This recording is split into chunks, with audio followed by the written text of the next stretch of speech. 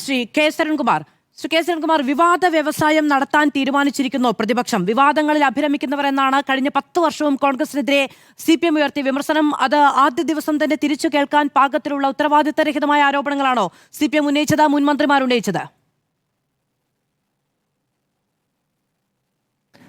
ഇവിടെ ആദ്യം പറഞ്ഞ കാര്യത്തിൽ പേര് കഴിഞ്ഞ തവണ പ്രതിപക്ഷ നേതാവായിട്ട് ശ്രീ VD സതീശൻ സത്യപ്രതിജ്ഞ ചെയ്യുമ്പോൾ പറഞ്ഞ വാചകവും മുഖ്യമന്ത്രിയായി സത്യപ്രതിജ്ഞ ചെയ്ത വാചകവുമായി ബന്ധപ്പെട്ടുകൊണ്ട് ഞങ്ങൾ ഒരു ആക്ഷേപവും ഇതുവരെ ഉന്നയിച്ചിട്ടില്ല. അത് പല സോഷ്യൽ മീഡിയയിൽ ചർച്ചയുണ്ടെങ്കിൽ അതിന് അവിടെ പോയി മറുപടി പറഞ്ഞാൽ മതി, ഞങ്ങളുടെ തലയിലേക്ക് വെക്കേണ്ട. രണ്ടാമത്തെ വിഷയം ദേശീയ ഗാനത്തോടൊപ്പം തന്നെ വന്ദേ മാതരം ആലപിച്ചതുമായി ബന്ധപ്പെട്ടുകൊണ്ടാണ്. 1881 പുറത്തിറക്കിയ ചിട്ടപ്പെടുത്തിയ ഗാനം 1937 കോൺഗ്രസിന്റെ പ്രവർത്തക സമിതി യോഗത്തിൽ തന്നെ പ്രത്യേക പ്രമേയമായി അവതരിപ്പിച്ച് അതിലെ ചില വാചകങ്ങൾ ദേശീയ പ്രസ്ഥാനത്തിന്റെ പൊതു ഇൻട്രസ്റ്റിന് വിരുദ്ധമാണെന്നും മുസ്ലിം സഹോദരങ്ങളടക്കം സജീവമായിട്ട് പങ്കെടുക്കുന്ന ദേശീയ പ്രസ്ഥാനത്തിന്റെ പ്രവർത്തനത്തെ ദുർബലപ്പെടുത്തുമെന്ന് കണ്ട് കോൺഗ്രസ് നേതാക്കൾ തന്നെ ചിട്ടപ്പെടുത്തിയതാണ്.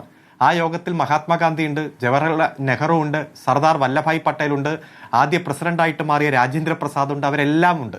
അതിനുശേഷം ഭരണഘടനാ അസംബ്ലി അത് ഗൗരവമായി ചർച്ച ചെയ്തു. 2 വർഷവും 11 മാസവും 17 ദിവസവും എടുത്ത് കോൺസ്റ്റിറ്റ്യൂന്റ് അസംബ്ലി ഇന്ത്യയുടെ ഭരണഘടന എഴുതിയുണ്ടാക്കുമ്പോൾ ഇതുമായി ബന്ധപ്പെട്ടുകൊണ്ട് നിരവധി ചർച്ചകൾ ഉയർന്നു വന്നെങ്കിലും ദേശീയ ഗാനത്തെയോ അതുപോലെ തന്നെ ദേശീയ ഗീതത്തെയോ ഭരണഘടനയുടെ ഭാഗമാക്കി മാറ്റിയില്ല. എന്നാൽ ഇന്ത്യൻ ഭരണഘടന അംഗീകരിക്കപ്പെടുന്ന 1950 ജനുവരി മാസം 26-ന് 2 ദിവസം മുമ്പ് വോട്ടിനിട്ട് ദേശീയ ഗാനത്തെ തെരഞ്ഞെടുത്തു. ദേശീയ ഗീതമില്ല. പിന്നെ ദേശീയ ഗാനം ഭരണഘടനയുടെ ഭാഗമായി മാറുന്നത് 42ാമത് ഭരണഘടനാ ഭേദഗതിയുടെ ഭാഗമായി 1976-ലാണ്.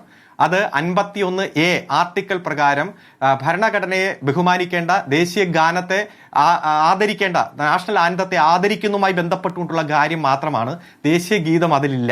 പിന്നീട് വന്ന കുറെ അത് മദ്രാസിലെ ഹൈക്കോടതിയുടെ വിധി, അതുപോലെ തന്നെ ഡൽഹിയിലെ ഹൈക്കോടതി കേന്ദ്ര ഗവൺമെന്റിന് നിർദ്ദേശം കൊടുത്തത്, കേന്ദ്ര ഗവൺമെന്റ് അതിൽ പ്രതികരിച്ചതെല്ലാം ചരിത്രത്തിന്റെ ഭാഗമാണ്. ഇതുവരെ ദേശീയ ഗീതം ആലപിക്കണം എന്ന ഒരു സ്ട്രിക്റ്റ് ഡയറക്ഷൻ കേന്ദ്ര ഗവൺമെന്റിന്റെ ഭാഗത്തുനിന്ന് ഇല്ല. ദേശീയ ഗീതം ഭരണഘടനയിലില്ല, അതിനുശേഷം വന്ന അമെന്റ്മെന്റുകളിലില്ല, ഒരു രേഖകളിലും ഇല്ല. ദേശീയഗാനം 51A ആർട്ടിക്കിളിൽ ഉൾപ്പെട്ടിട്ടുണ്ട്. അങ്ങനെ ഒരു സാഹചര്യത്തിൽ ബംഗാളിൽ BJP അധികാരത്തിലേക്കും ദേശീയ ഗീതമില്ല. ഇവിടെ കോൺഗ്രസ് തന്നെ 1937 പ്രത്യേക പ്രമേയത്തിലൂടെ ഒഴിവാക്കിയ വാചകങ്ങൾ ഉൾപ്പെടെ ഭരണഘടനാ അസംബ്ലി വിശദമായ ചർച്ചയിലൂടെ തള്ളിക്കളഞ്ഞ വാചകങ്ങൾ ഉൾപ്പെടെ ഇവിടെ ആലപിക്കുന്ന സാഹചര്യം ഉണ്ടായത് കോൺഗ്രസിന്റെ പ്രഖ്യാപിത നയമാണോ എന്ന് മാത്രം പറഞ്ഞാൽ മതി. തമിഴ്നാട്ടിൽ ഇങ്ങനെ ഒരു കാര്യം ഉണ്ടായപ്പോൾ നിങ്ങൾ കൂടി, അവരും നിങ്ങളും പങ്കാളികളായ സർക്കാരുമായി ബന്ധപ്പെട്ട് അവിടെ ഒരു വിമർശനം ഉന്നയിക്കപ്പെട്ടില്ല എന്നുള്ളതാണ്. ഈ 150-ാം വാർഷികത്തിൽ വന്ദേമാതരം പൂർണ്ണമായി നരേന്ദ്രമോദി ആലപിക്കുകയും പിന്നീട് അതുമായി ബന്ധപ്പെട്ട് കേന്ദ്രം ഒരു ഉത്തരവിറക്കുകയും പിന്നെ അത് സുപ്രീം കോടതിയിൽ പോവുകയും CPI മുഹമ്മദ് റിയാസ് ചൂണ്ടിക്കാണിച്ചതുപോലെ അഡ്വൈസറി എന്ന നിലയ്ക്ക് മാത്രം ആ നിർദ്ദേശം ഉണ്ടാവുകയും ഒക്കെ ചെയ്ത സാഹചര്യമുണ്ട്.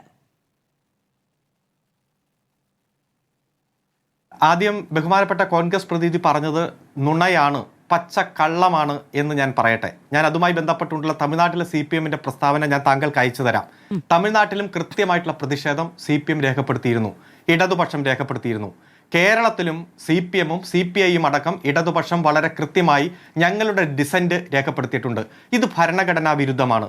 കേന്ദ്രത്തിന്റെ ഒരു നിർദ്ദേശവും ഇല്ലെന്നിരിക്കെ സംസ്ഥാനത്ത് മാത്രം അത്തരത്തിൽ ഉന്നയിക്കുന്ന, അത് മുഴുവൻ കേട്ടിരിക്കുന്ന, പ്രത്യേകിച്ച് കോൺഗ്രസിന്റെയും UDFിലെ മുഴുവൻ നേതാക്കന്മാരും അത് ആലപിക്കുന്ന ഒരു സാഹചര്യം ഉണ്ടായത് കേന്ദ്ര ഗവൺമെന്റ് കുനിയാൻ പറയുമ്പോൾ മുട്ടിലിഴയുന്ന ഒരു പാർട്ടിയായി കോൺഗ്രസ് മാറിയിരിക്കുന്നു എന്നതിന്റെ തെളിവാണ്.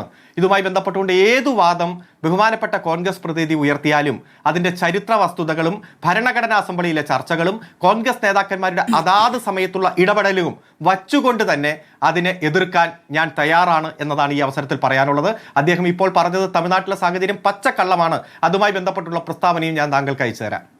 ശ്രീ കെ സരൺകുമാർ, ഞാൻ അങ്ങോട്ട് മാത്രമാണ് ചോദിക്കുന്നത്. എന്നിരുന്നാൽ പോലും ഈ തമിഴ്തായ് വണക്കവുമായി ബന്ധപ്പെട്ടുള്ള കാര്യങ്ങളിൽ CPIയുടെ ഒരു പ്രതികരണം വന്നത് മാത്രമാണ് എന്റെയും ശ്രദ്ധയിലുള്ളത്. മറിച്ചെങ്കിൽ അങ്ങേക്കത് ഈ പറയുന്നത് പോലെ അങ്ങയുടെ കൈവശം ഉണ്ടെങ്കിൽ അങ്ങ് വായിക്കാവുന്നതാണ്, നമുക്ക് ക്ലിയർ ചെയ്ത് പോകാമല്ലോ. അതെ, ഞാൻ പറഞ്ഞു CPIയുടെ പ്രസ്താവന, അതുപോലെ തന്നെ അവിടെ ഇടതുപക്ഷത്തിന്റെ പ്രസ്താവന തമിഴ്നാട്ടിൽ കൃത്യമായി രംഗത്ത് വന്നിട്ടുണ്ട്. ഞാൻ കൃത്യമായി താങ്കൾക്ക് അയച്ചു തരാം, ഇപ്പോൾ തന്നെ അയച്ചു തരാം. ശരി, എന്റെ അറിവിൽ ഈ പറയുന്ന തമിഴ് തായ് വഴക്കം മൂന്നാമത് വായിച്ചതുമായി ബന്ധപ്പെട്ടുള്ള വിമർശനങ്ങൾ മാത്രമേ ഉണ്ടായിട്ടുള്ളൂ. ശ്രീ സന്ദീപാരും ചൂണ്ടിക്കാണിച്ചത് തന്നെയാണ്. മറിച്ചെങ്കിൽ അങ്ങേക്ക് പറയുകയും ചെയ്യാം. കാരണം അത് ഒരു പ്രധാനപ്പെട്ട ചോദ്യമാണ്. നമ്മൾ അധികാരത്തിൽ ഇരിക്കുന്ന ഇടത്ത് അല്ലെങ്കിൽ അധികാരത്തിന്റെ പങ്കാളികളാകുന്നിടത്ത് പ്രശ്നമില്ല. അധികാരം മറ്റുള്ളവരുടെ അടുത്തേക്ക് വരുമ്പോൾ മാത്രമാണ് നമുക്ക് ആ പ്രശ്നം ഉണ്ടാകുന്നത് എങ്കിൽ അതൊരു ഇരട്ടത്താപ്പാണല്ലോ. അതുകൊണ്ട് നമുക്ക് അതിലേക്ക് പിന്നീട് വരികയും ചെയ്യാം.